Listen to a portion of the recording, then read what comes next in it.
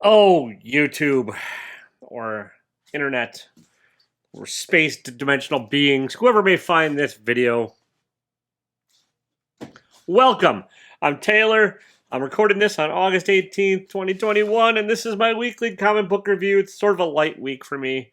But you know, there's those weeks, right? There's those weeks of comics where like the stars align and everything's brilliant, and you're like, man, this is why I read books. Like you just fall in love with comics all over again, and you embrace it, and you're like, oh yeah, then the medium has something to offer, something truly unique, something that's fantastic that nothing else can do. That you're like, oh man, and all is right with the world, and there's peace and love and harmony. Yeah, this is not one of those weeks. This is mostly shit. I mean, these books are just kind of mediocre garbage at best for the most part, and I'm just kind of burned out maybe, but there's a couple good ones in here, but for the most part, we're just like, what the hell? So let's start with that resounding opening. I'm sure you really want to hear my oh so positive reviews this week. Worst book. Michael Morcock, Elric, the Dreaming City. So Elric is this like ruler of an evil nation, right? And he's trying not to be evil, and he's got a bloodthirsty sword, and he's weak, but he gains power when he uses the sword to kill people, and he's an albino, and you know, he's got some magical skills, and there's Lords of Chaos, and there's all these sort of like dark mythologies. It's really trippy 60s and 70s fantasy slash sci-fi slash whatever. This takes all that and makes it boring as hell. The pages all feel shrunk down. There's no dramatic panels in here. The lettering is said sometimes unreadable. There's like dark red on black where you're like, what in the goddamn hell does this say? Now I could really pore over it and figure it out, but I just didn't give a shit. Like, it is so dull. The cover's cool. Magnolia. Man, is this boring. Alright. Yeah, let's do this one next. Alright, Second Chances. You know, a guy that fixes life for people, and there's sort of demons, and there's sort of, it's black and white, and there's something going on, and some subplot, I don't know. I was kind of confused. I just, nothing about this made me care. Like, nothing. I mean, I just, I don't know, it's mediocre Trek. It's like, on a different week, maybe I would have liked it, maybe. Or maybe it'll be a trade paperback thing, but I just really, nothing in here was worth really even talking about from what I can tell. The art was so-so. There's like copied and pasted stuff you can sort of see from Photoshop and like, you know, signage and stuff. I don't have a problem with all that. It's just it's just really bored me. Just boring. All right, yeah. I don't know why. Like, okay, here's the thing. I know if you've been watching my weekly reviews, I said I was going to drop this, but like then I recorded the video and immediately forgot to remove it from my pull list, and now I'm stuck because I think we're wrapping this all up. I hope. This is Time Before Time number 4. It started off with a really cool premise. There's time mafias and different times, and there's like people trying to escape and everything, and it's so far it's just kind of like gotten into like, I don't know, really kind of just dull. And I mean, again, maybe that's my theme of the week is just boring books this week. A lot of them, and this one is too. The art actually is pretty boring too. Like, I don't mind simplistic artwork. I'm a fan of it, and I like it. I think it could be very effective. But like McConville's art in here is just, especially the past couple issues, and this one really stood out to me, is like just almost interminably dull. And sometimes like when you have art that's as simple as this, you really have to work at like getting the figures right and stuff. And it's just, there's a couple panels in here where I'm like, which character is that? And I don't know. Whatever. All right. A fabulous gay duo of crime fighting, assassiny, escape, sci-fi goodness, putting the sass in assassins. I guess they're assassins. Killer Queens #1. I should have looked at who wrote this. It's Boer, and that person did Kanto, and I really don't like Kanto, and I really don't like this book. The transitions from page to page are just kind of a mess. There's some art panels where you're like, again, like what in the hell's going on? There's some cool ideas. Like Boer put some cool ideas in here. Like there's an evil monkey chasing after them, and there's otters, and you know the fabulous gay assassins. That's a great idea. It's just, I don't know, like the story, you're like kind of like what in the goddamn hell's going on? The jokes aren't funny. That's not over the top enough when it's trying to be over the top. And it's just, yeah, I don't know. Yeah. Maybe I'm just in a mood. I'm probably in a mood. Doesn't matter. Doesn't matter. Radiant Black #7. This book is such an up and down mess for me too. Like, yeah, I think I really seem to enjoy every other issue, and this is the down issue where like there's confusing fight scenes. There, like I feel like I missed something. Like the last issue, I thought was talking about the Red Ranger, whatever the hell, not Power Ranger, but that's just kind of what they're all feeling like to me. Is they're Power Rangers, discovering their powers, or they're all greatest American heroes trying to figure out their greatest American superpowers. They're not all American, I don't think, but whatever. If you're old enough to know that reference, yeah. And this one, they're like all being chased by somebody. I don't remember that from the last one. And the plot, from what there is, it's like, okay, well, that's not that clever and it's not that interesting. And they're all. This one's real close to getting cut, just because it's so damn inconsistent. Eat the Rich #1. I really wanted to like this book a lot more because of the title. And who doesn't want to eat rich people? They probably are super fatty and taste like Wagyu beef. Not that I've had Wagyu beef, but I mean, I'd imagine it tastes like rich people. This is like screaming to be one of those like significant other meets the family for their first time and something goes horribly wrong and it's a horror movie. It's a trope. I mean, like Get Out is the first one that comes to mind that's that trope. That's this. You're not quite sure by the end of this what is going on, and you're also like. It's one where I don't care enough to keep up with it. Like I don't care. Like the setup enough was just kind of like the main character knows something's wrong throughout the whole book, right? And like keeps having this internal dialogue where like something's wrong. It's like okay, but then nothing changes, and yeah. Oh, this is going to be a great review for you folks to watch. I'm just going to be sighing a lot through the rest of this one. Not really. The books are getting better, but maybe trade paperback, maybe, but I'm one and done on this right now. All right, Count Draco Knuckle Duster. Now this is a dumb book, but I think it's a follow up to another dumb book, which was like I had a skeleton. I can't remember the name of the character, but here's the thing, and what it's starting to remind me of, and I think was what is going on here. And if I can embrace this, I sort of enjoy it. It reminds me a lot of like Saturday morning cartoons in the '80s, combined with the comic books you would get when you bought He-Man figures specifically, like where they sort of tell a story of the character in here. And like this is kind of, I think, what's going on here. I think that's really what they're heavily referencing, and it's kind of fun if you could just shut your brain off. The art's not fantastic, and the story's really just stupid, and like it's kind of wears its influences pretty strongly on its face here. Where do you wear your influences? Underwear, whatever.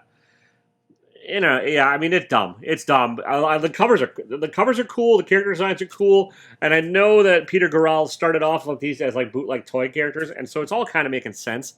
It's just you're not going to get a great story out of this. I really feel like I missed one. I think this is the second of these. I think the first one was Skeleton Face, Phantom Star Killer, right? Phantom Star, something like that. I think this is the second one of these, although it's another #1. I don't know. Let me know in the comments if you've read this and you know what the hell's going on. So, all right, King and Conqueror #1. This is not bad, but it's also not fantastic. It was kind of pretty word heavy, and like the story, once you get into it, you're like, oh, okay, it's fairly predictable, and it's fine. And it's fine. It's not necessary. Like, okay, again, no comic books are really necessary. I mean, like, there's some people that really need to get a story told and stuff.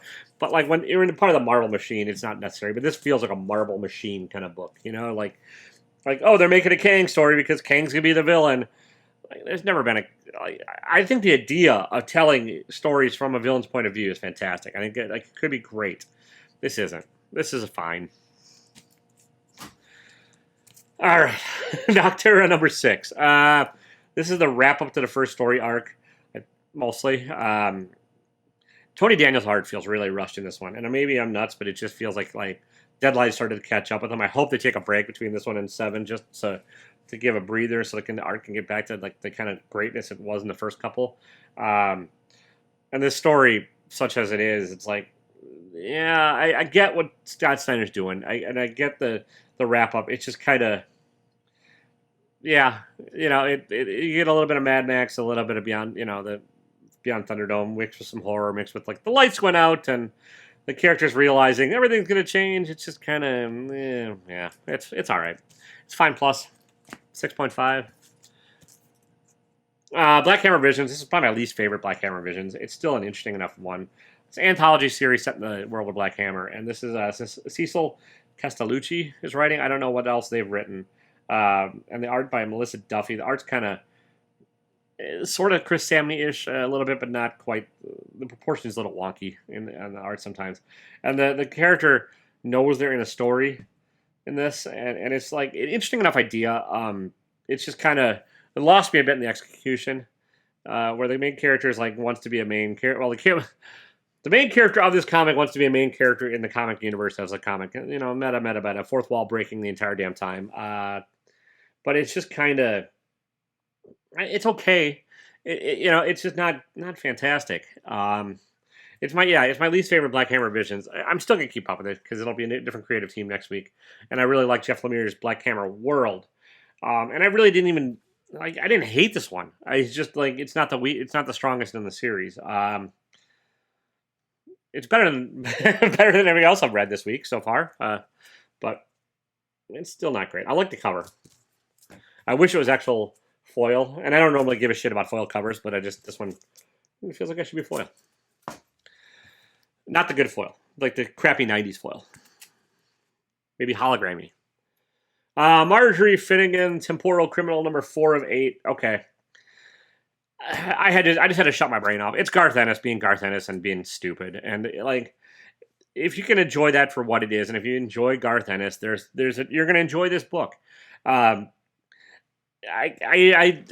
problem when I first started reading this is I was trying to like make it into something it's not. And I was trying to make it into a serious time traveling criminal story. If you want that, that's lower in the stack. This is Garth Ennis just doing his thing, and you're gonna get like his wackiness, like dinosaurs and killing people's hands off, and weirdly sexist jokes, and lots of body mockery, and just kind of I don't know, flipping the middle finger at everything, but not in a super clever way. It's all kind of stupid humor, but if you can just enjoy the stupid humor for what it is, it's all right. It's good. All right, Moon Knight number 2. This is decent. Not as good as the first issue, but it's not bad. Jed MacKay has an idea of what he wants to do with this character and with this arc, I think. And you get a sort of idea of what his interpretation of what's going on in Moon Knight's head is in this issue. The art is solid by Capuccio. Maybe hang on, Capuccio. No, that's Castellucci. Sorry, Capuccio. It's solid. Still enjoyable. I love this cover by McNiven. It's a wacky cover. It actually ties into the story too, which is weird, given that a lot of comic book covers don't nowadays. But yeah, interesting villain. I'm not sure if it's the first appearance of the villain. I doubt it, but I don't really know. Maybe. Interesting idea and fairly well executed all the way through. It's solid. Not fantastic, but not bad. All right, Beyond the Breach number 2. The first one, the woman's having the best day of her life, worst day of her life, realized I was going to cheat on her, and then monsters. And this is a continuation of that. It's a little bit of Dungeons and Dragons, a little bit of Cthulhu, a little bit of this and that. It's a mishmash because things are coming from a bunch of different worlds and all joining together and make a giant mess. It's fun. There's violence. There's over the top. It reminds me kind of the Suicide Squad movie, just in the it reminds me of a bit of a James Gunn sensibility here going on here. In a reverence, it's better than I thought it would be. Honestly, the second issue, the first issue was decent, but I thought it would probably have a sophomore slump, and it does a bit. It's just kind of it takes a turn right off the bat. Where you're like, oh, okay. But it helps explain sort of what's going on without really dumping it all in an exposition dump. And that's kind of interesting. I'm along the ride for the ride on this one. It's Aftershock. There'll probably only be a few more issues. I think they'd only do like 5-issue things at a time. But yeah, on a different week, it'd probably be middle of the stack. But here, it's the second to the best book. So, and my favorite book of the week, Nightwing, number 83, Tom Taylor. Redondo's back on the art on this, which is great. This still reminds me a lot of Matt Fractions and David A. has Hawkeye. Not so much, yeah, a little bit in the characterization, but also just in the storytelling style. This is sort of Tom Taylor thinking what Batman should be doing, I think, is his sort of thesis as far as partially what's going on here. It's light, it's breezy, it's fun. It's a kind of a breath of fresh air in some of these like dark, super like heavy seeming comic books where you just kind of feel like you're like having a slog through a superhero book, which you shouldn't. I don't think you should have to always slog through a hero book. Redondo's art really helps, and the coloring really helps because it's a nice and bright coloring and simple page layouts, dynamic, and fun and action filled. I don't know. It's one of my favorite books out right now from DC, and this is the wraps up another arc, or the first arc of Tom Taylor, and it's a good wrap up. I like the idea that they postulate in here, and I'm looking forward to seeing where it goes. So, all right. There you have it, folks. I tried. Yeah, I don't know. Let me know if you liked everything better than I did. And if I'm just being a cranky asshole, there's a good chance. But, I don't know. I could be cranky and not be a dick. Or could I be a cranky dick? I don't know if I care. So, yeah. Oh, yeah, don't be a dick, I guess. Maybe be a little bit. This week can be a little bit of a dick. Just this week. I'll give you permission. You have permission to dick it up this week. Later.